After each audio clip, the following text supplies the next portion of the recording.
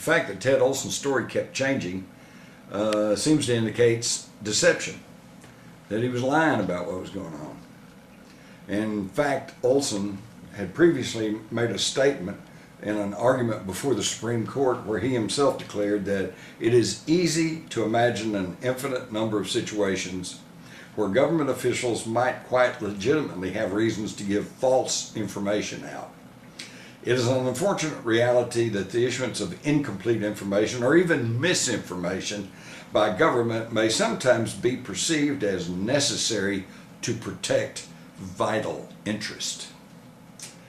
But I don't want to be the one to say that Ted Olson was lying, because there's an intriguing alternative explanation. You see, in 1999, 2 years before the attacks of 9/11, the Washington Post ran a story that revealed the development of voice morphing technology.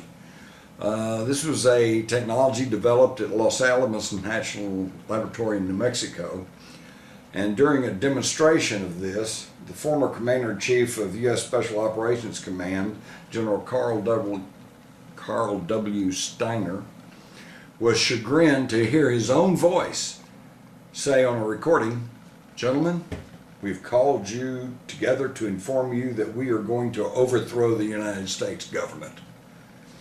Well, of course, General Steiner never said any such thing. But with voice morphing technology, they are able to take a snippet of a person's voice and digitally recreate that voice and have that voice carry on a complete conversation and have that voice say anything that they wanted to have it to say. And as Daniel Kuhl, chairman of the Information Operations Department of the National Defense University in Washington, remarked, once you can take any kind of information, reduce it to ones and zeros, you can do some pretty interesting things.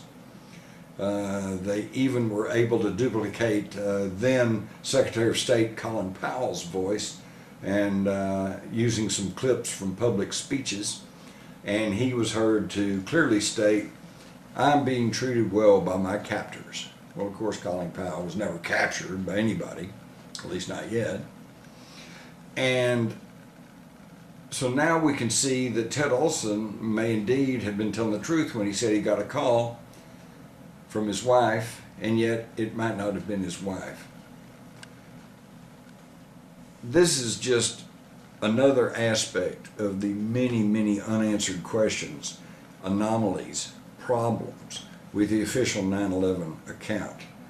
And for those who may be thinking, well, that's old news, why should we bother with it, or it's just conspiracy theory because the government's told us everything we need to know about 9/11, I would simply point out that the senior counsel of the official 9/11 Commission, handpicked by President George W. Bush, a man by the name of John Farmer, former Attorney General of New Jersey, in a book written in 2009 stated that the story that the 9/11 Commission presented, based on the information that they got from the FAA and from the Bush administration and from NORAD, the North American Air Defense Command, and the story that was given to Congress and the media and the public was, in his words, entirely and inexplicably untrue. So I submit to you, my fellow citizens, what is unpatriotic and what is fantasy and what is conspiracy theory about trying to find out what was true and what really happened on 9/11? Because let's face it, everything's going on now. Our crumbling economy, wars in Afghanistan and Iraq, the tightening of the police state, the shredding of the U.S. Constitution, all of this traces back to that one seminal event, the attacks of 9/11. Think about it. If you like that one, feel free to share it with your friends and or relatives. And if you'd like to join the growing ranks of the Lone Nut Society, simply come back to this page from time to time.